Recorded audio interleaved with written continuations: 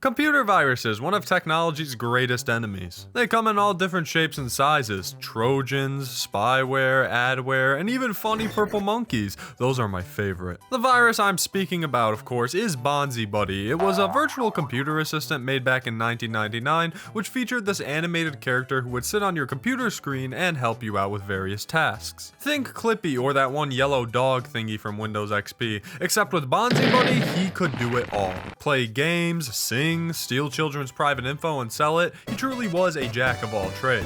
After this program's malicious intents were discovered, it was discontinued back in 2004 and generally forgotten about. Bonzi managed to make his way back into public view when the streamer Varg Skeletor featured the little guy on his streams, where he would download tons of viruses onto a computer in hopes to destroy it. Let me tell you, when I was in middle school, I was obsessed with this guy. I wrote an entire paper about Bonzi Buddy in 7th grade and got an A. God, I wish I saved it. Outside of the tons of silly moments generated from this aubergine primate, it's a somewhat scary concept. This program, disguised to be family friendly, secretly stole kids' information while still putting up this innocent charade. It's kinda dark when you think about it. Dark enough of a concept to inspire the new horror game KinitoPET. KinitoPET is a psychological horror game created by Troy_EN back in January of 2024. When I saw that there was a Bonzi Buddy inspired horror game, I knew I had to play it. On top of that, this game utilizes fourth wall breaking, one of my favorite gimmicks in horror games. All of this combined with a million comments telling me to cover this game, I knew I was destined to talk about it. And goddamn am I glad I played this. Albeit a short experience, I am confident in saying that this has been one of my favorite horror experiences in recent memories. It's not flawless, but this game just has so much charm and cool moments behind it, and I really recommend you play it first before watching. You will not regret it. With all that out of the way, let's talk about the creepy ass axolotl game, KinitoPET.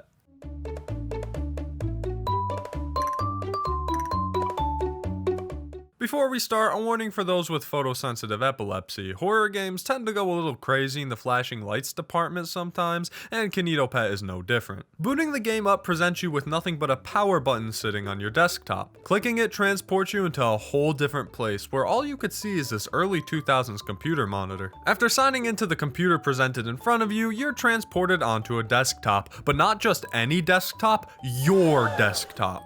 Except that, like, it's not your desktop, it's like an older version of it. You get what I mean. A majority of this game takes place on a Windows XP version of your own desktop. Your taskbar and wallpaper are the same, but the icons on your computer have indeed changed.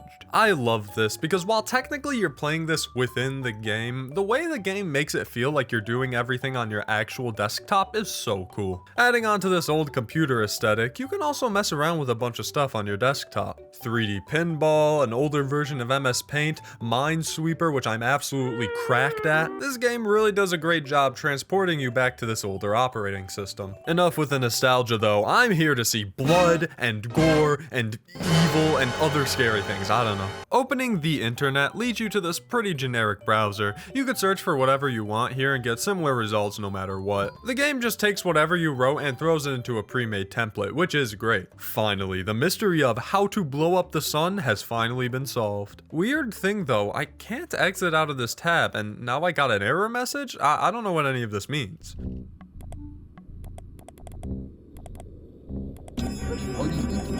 I just wanted to blow up the sun, man. After being hit with a bunch of ads and your computer blue screens, you're taken to the download page for KinitoPET, your virtual best bud. Once again, Kinito is very much inspired by the Bonzi Buddy program. The website is almost a one-for-one recreation here. It's really cool stuff. Download the program and you're on your way to something that you probably won't regret, I think. Also, you get an email thanking you for the download. I am not going to question how they got my email. You can now run the program, your computer starts having a panic attack, and lo and behold, KinitoPET starts his reign of terror in the form of an egg on your desktop. You smack the shit out of the egg to wake him up, and you can now meet your new best friend. This is Kinito, the main antagonist of the game. I am a big fan of his design because he's supposed to be an axolotl, but he just looks like a big walking wad of gum. I love him. A lot of this game is Kinito trying to learn more about you through various questions and activities. Right now it's all innocent, but trust me, it gets just a little bit worse later on. First, you gotta answer some basic questions. Type in your name, easy. Your favorite color, also easy. He will try to hit you with some curveballs though, like what superpower do you want? I'm not sure what it's called, but I want whatever it is that Goku has. Then you gotta say what your favorite word is. He was getting a little personal at this point, so I drew a cartoon boxing glove and beat the ever-loving shit out of him. Of course, everybody knows that my favorite word is code ToadBup, which you can use at GamerSupps for 10% off your order. Yeah, I sure love the word ToadBup, which is a code you can use for 10% off at GamerSupps. Also, I like the word flarp. It's pretty silly. With introductions done, it's time to delve into the world of KinitoPET. Now, don't let this game fool you, because on the inside, it is horrific beyond imagination. Don't let your guard down for even a second, because if you do, this game will swallow you whole. It's story time. It's story time. Kinito tells a heartfelt story about him getting a computer for the first time. Aw, he's so sweet. What a silly little guy. Deciding it's time to actually, do something, Kinito has a little surprise in store for you. Pulling the internet out of nowhere, you are now introduced to none other than Kinito Crew's web world. Once again, I love the presentation here. This fake website captures the essence of old Flash websites from this time super well, and it just kind of sucks me into this world even more. Here you're presented with a town map where Kinito and his friends live. Jade the jellyfish, Orange the orange thing, and of course Kinito. You have to visit their houses one by one and engage in some wacky activities together. Oh goody! First up is the orange guy. He needs help repairing his house. First, you give it a good dusting and scrubbing, which once again, this website oozes charm. This quick flash of horribleness does not ooze charm, however, as this little blip is one of the first signs of the horror elements to come. Trust me when I say this, it picks up fast. Anyways, next up you get to paint the walls, hit it with the old ToadBup pattern, and you're good to go. Another little scary blip occurs, but this time it's a little more obvious than the last one. The last thing in house renovations you gotta do is furnish the place. Place some posters, stack like 5 beds on top of each other, add some disco balls, it's looking great. Oh yeah, don't forget the dead body. It does really tie the whole room together after all. If you select the body bag, it slowly drags itself onto the screen as you pan away from your computer monitor in this strange blurry fashion. Everything begins to go dark as this horrifying pink demon begins to attack, and ooh, I got a certificate to print out. That horrific sequence was all worth it for one of these bad boys. They should really just give these out instead of YouTube play buttons. Anyways, next up is Jade the jellyfish, and she wants you to assemble various toys together. Just drag and drop the pieces into the right places and you'll be fine. Eventually the scary stuff happens and some lung or organ or something comes onto the conveyor belt. Similar to the body bag from before, trying to interact with it just leads to no good. Clicking on it, your screen turns pure white and Jade just stares at you, and then she says to look at your other monitor. How do you know I have that? I was able to get footage of it, but this little creature will pop up on your other monitor if you have one. I don't really know what this fourth wall break has to do with the game, but that's actually pretty cool. I've never really seen a game use a second monitor like that before. Everything goes dark as you hear glass shatter. This text appears asking why they're back again as Jade flickers in and out of existence. Eventually she appears and reaches toward the screen, and now we're back to normal. Not exactly sure what just happened there, but I think it got Kinito's attention. He looks alert. Speaking of alerting Kinito, you get this email during the toy making portion, and opening it up pisses Kinito off and he just immediately closes it. There is a QR code present in the email, and scanning it takes you to a picture of a keyboard. Now, I'm no game theorist, so I'm not going to try to decipher the lore of this game or the meaning of everything, but I do appreciate the ARG elements thrown in here. I'll mention a few as I go on. Anyways, finish the toy making, and now it's Kinito's turn to play, and he wants to play hide and seek. I'm f***ed, aren't I? With you must hide.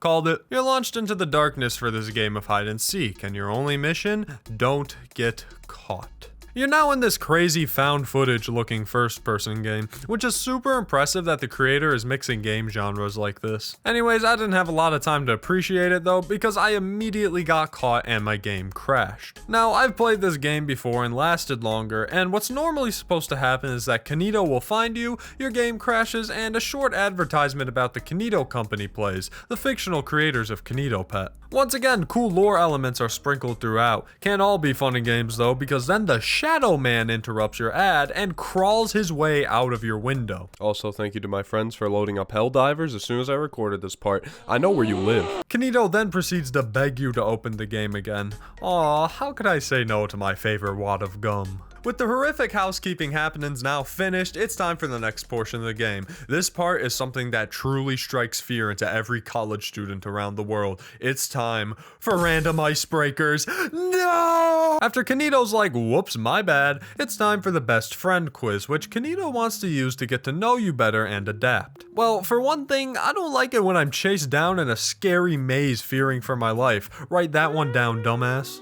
I'm sorry, Kinito, I didn't mean it, buddy. You start with some settling in questions. They're pretty normal until he asks who your best friend is, and of course mine is SpongeBob SquarePants, but Kinito didn't like that answer too much, and in a very subtle way, aka increasing your PC volume, he implies that you need to type Kinito. More questions, I've got no free time, my favorite video game is Bonanza Bros, absolute peak by the way, and now it's time to draw. For this segment, you have to draw pictures representing certain things. Draw one that represents happiness, one that represents sadness, your best friend, yourself. It's pretty standard stuff. That is until he wants you to draw the person standing behind you, and after some realistic knocking plays, which did get me the first time I played, Kinito disappears. Your actual paint program on your computer opens and proceeds to write by itself. Are you really Toad Bump? Oh, of course I am. Here's my full legal name, my address, my debit card number, my blood type, and my favorite FNAF game. We don't want him getting confused again now, would we? The Resident Evil door makes an appearance and Kinito declares painting time over. Now it's time for more questions, mostly about your ideal living situation. He'll ask stuff like locations you'd like to live and your ideal pet, which I named mine Kibuto. It's like Kinito, but I got his ass good. After a few more questions, it's only inevitable that something scary is about to happen. But actually, the questions just end there. Wait, Kinito wants to go off script? What does that mean? Can I see your face?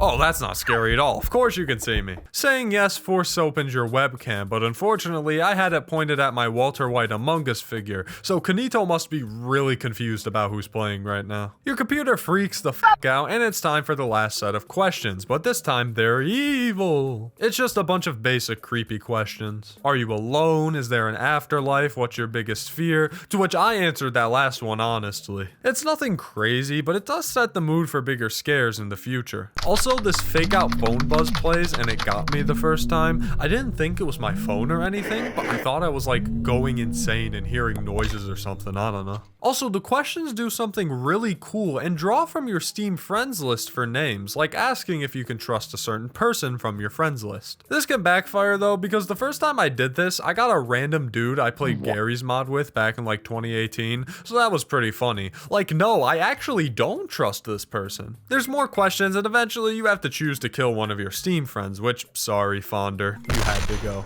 Fonder's a great guy though, you should all go sub to him. Once you get to the last question, it asks if you're afraid of the dark, but it doesn't really matter what you choose because then this happens.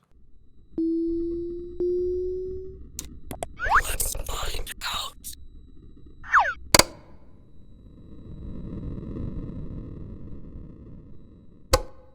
Once again, a perspective switch takes place as you're now trapped in a bedroom and unfortunately, you're not alone. This giant Kinito is outside your window and eventually he makes his way into the house and eventually into your bedroom. Not sure what the lore implications are here, but having this freak stand next to you at your bed is terrifying. The game freaks out, crashes, and is now inside. What do you mean by that, Kinito? We're approaching the end here, and so far this game has been pretty impressive. I will admit that this is probably the least scary part of the entire game, but it more than makes up for that by nailing the ending. You'll just have to wait and see what I mean. And if you don't want to wait, you could just watch the ending of the game here in like 5,000 times speed.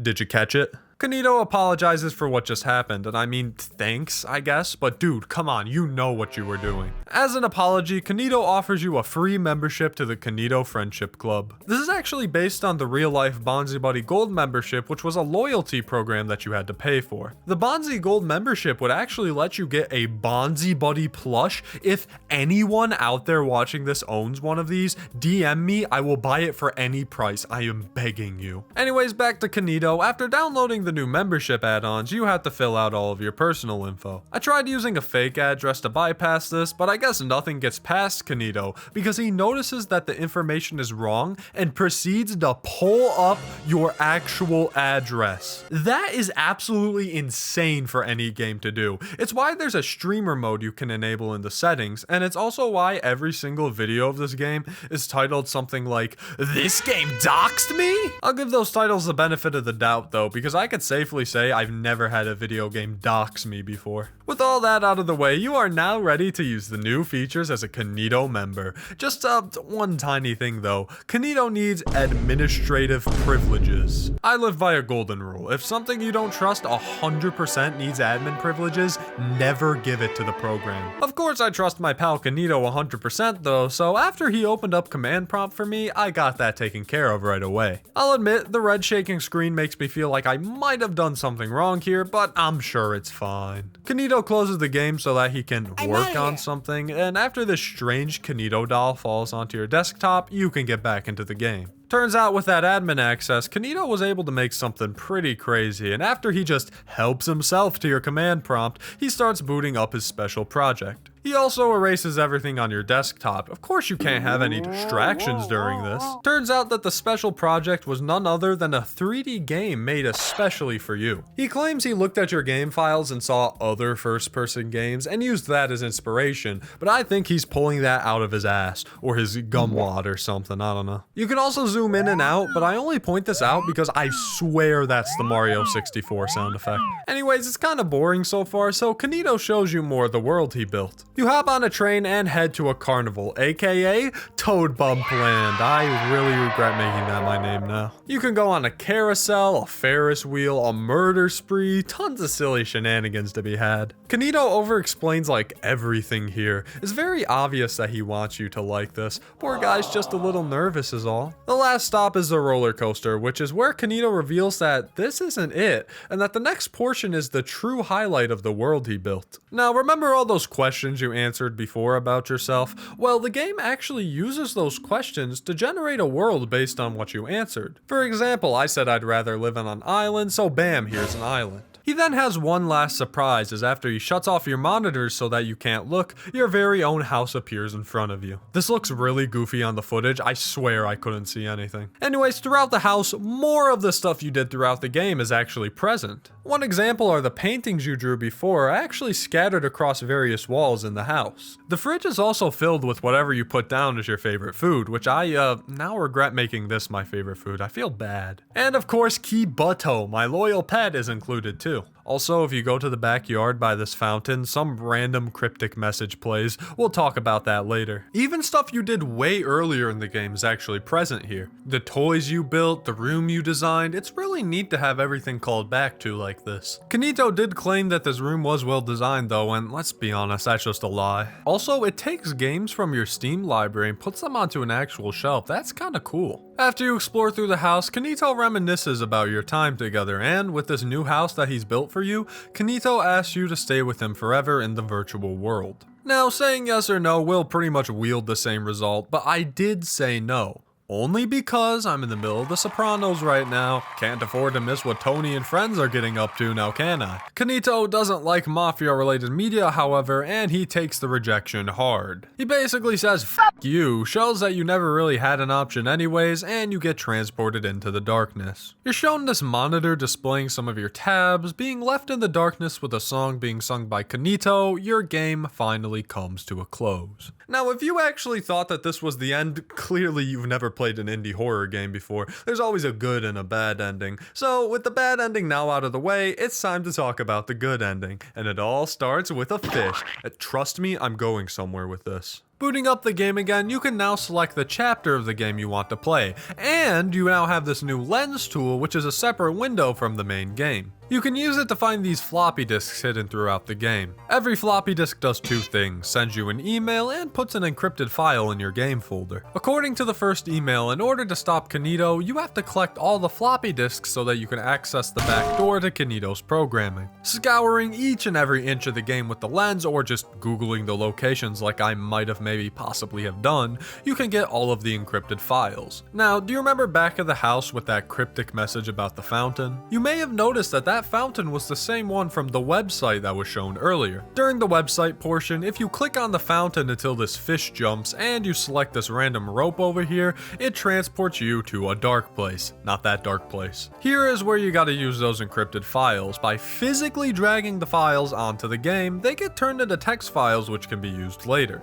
With all the text files obtained, head back to when Kinito wants admin privileges. Following the instructions of the emails, you can now enter a delete all command, put in the required information from the text files, and watch this piece of shit burn to the ground. Hey, don't try to guilt trip me now, Kinito. Oh, I just wanted to be your friend. Do friends trap other friends in crazy death mazes? Didn't think so. Kinito is then successfully deleted as your desktop reverts to normal. Sad music begins to play as a computer monitor appears on your screen with fire in the background. Messages begin to appear on the screen, presumably from Kinito. He says that he's sorry and that really all he ever wanted was to be your friend. Okay, maybe I feel bad now. I know he permanently trapped me on my computer at all, but come on man, don't tug at my heartstrings like that. You know what? You may have caused me mental anguish and tried to kill me, but Kinito, I forgive you. Rest in peace.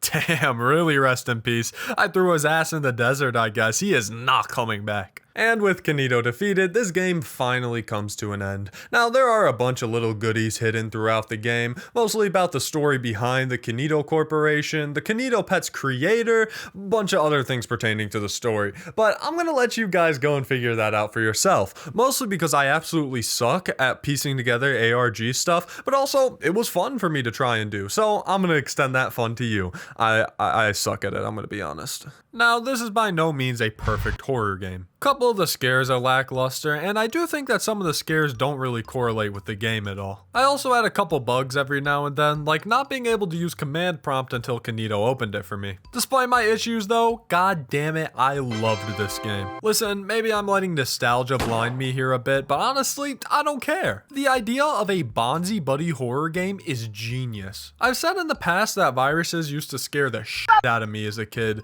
and eventually this grew into a fascination with them throughout middle and high school, so a horror game based on a pre-existing virus was a dream come true. The visuals are incredible. They mimic so many different mediums and art styles amazingly. Early 2000s 3D models, old Flash websites, Windows 98 and XP visuals, the various other game genres shown within this game, it did it all great. The gameplay itself was alright, but it's more of a computer simulator rather than a standard game, almost like a very interactive visual novel. There's nothing wrong with that at all, and it's pretty obvious that the game wasn't focused on being something else either, as the game focused a lot more on the scares and atmosphere. Speaking of scares, this game has them. I've always said that the best way to use fourth wall breaks is to make them make sense and context to the gameplay or the story. Obviously, a game about a rogue computer program makes perfect sense to use fourth wall breaks for. It never goes too far with this stuff, outside of straight up doxing you, but once again, you could just turn that off, and they add to the horror of not being in control pretty well. It's not exactly a terrifying experience, but I'm also a little harder to scare through horror games, so who knows.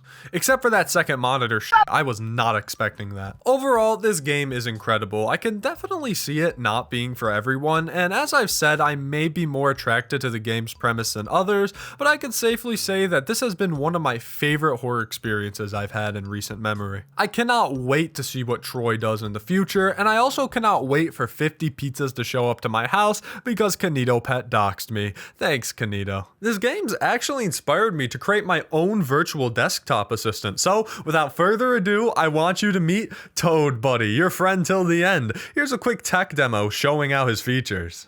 Hey, it's me, Toad Buddy. I've just converted all of your money to crypto, and I'm currently emailing a list of threats to your boss.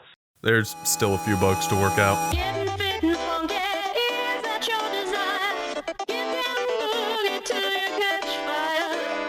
Dance and shake the soul and makes you